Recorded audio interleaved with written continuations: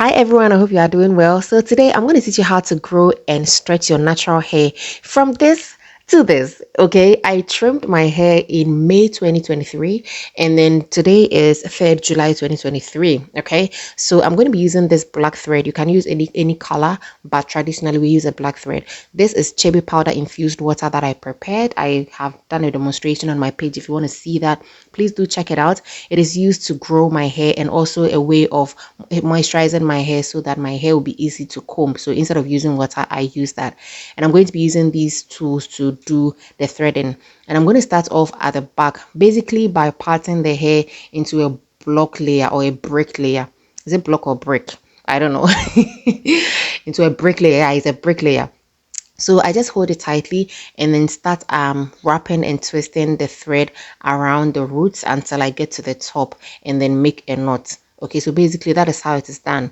With this threading method, you can do it any pattern style you want, and the parts do not necessarily have to be perfect. You just want your hair to be stretched out, and all you need to do is just section your hair and then start twisting or wrapping the thread around the roots, and then you twist it all the way up until you get to the upper part, and then you use the scissors to cut. Okay, so it doesn't necessarily have to follow a brick layer pattern. You can literally do it archy way, or you can do it any pattern that you want. Okay, now the history behind this traditional threading is the fact that it is so technique, and it has a rich history actually, and also a cultural significance.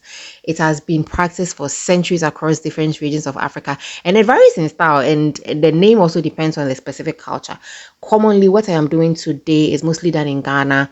We normally refer it to as an Anansewa or an Ananse's wife. Some people also call it Intikuma. So that is what commonly we do in Ghana here.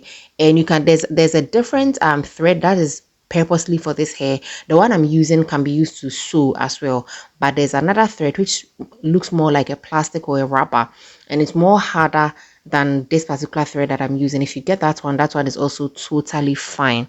Okay, now threading involves a thread like I'm using now. It's made the thread can be made from either cotton or wool to wrap and twist like I'm doing, from the roots to the ends like I'm doing. So you realize that when I hold the hair, I hold it so firmly that when I start applying the thread onto my hair, I hold it very firmly before I start wrapping the thread at my roots. Okay, so basically that is the twist and turn around this. And then this threading method also has a lot of benefits. It can help stretch and lengthen natural hair, which will provide an alternative heat-based methods like blow drying or straightening. So instead of using straightening tools or blow drying tools, you can use this way, and then it will stretch out your hair naturally and very perfectly. It is very useful for individuals with tightly curls or tightly coiled hair or textured hair. You can tell that my hair is very coarse, and this is one of the greatest ways to actually stretch out the hair. So it is very good.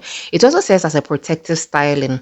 It helps to minimize hair manipulation and reduce the risk of breakage. So when you wrap your hair with the thread, it offers a level of protection against environmental factors and friction from styling or tools. You get it? So instead of using the hot combs and etc., this will serve as a protective style. Okay, and it provides nourishment for the hair, giving you much protection.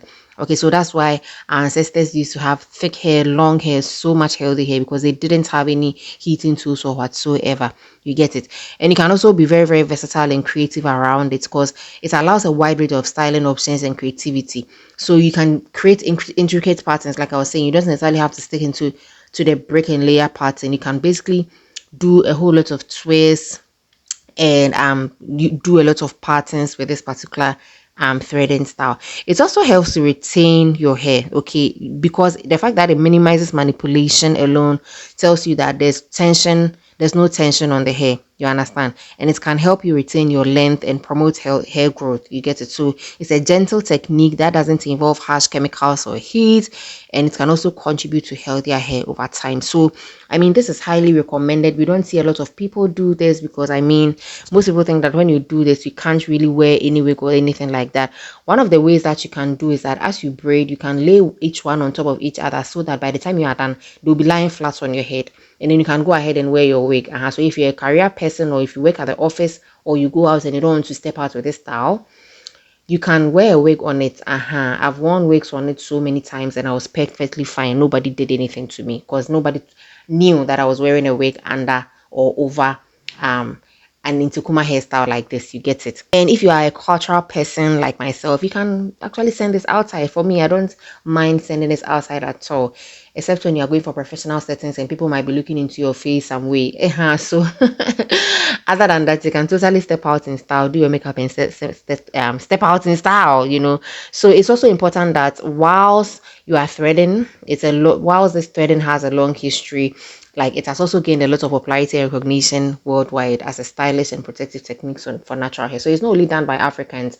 We've all learned from each other over time, and basically this is it. Like, this is how far you've come. So this is a very simple hairstyle that I thought of sharing with you today. I did makeup with it, and look at how beautiful it is looking on me, even in makeup, you see. So that's why I said you can actually step out with it, and then you are good to go. This is a very great way to stretch out your hair. For those of us who work mostly in the house, it's a great way to protect your hair, to prevent too much manipulation if you want to rock your wigs and grow out your hair very, very healthy.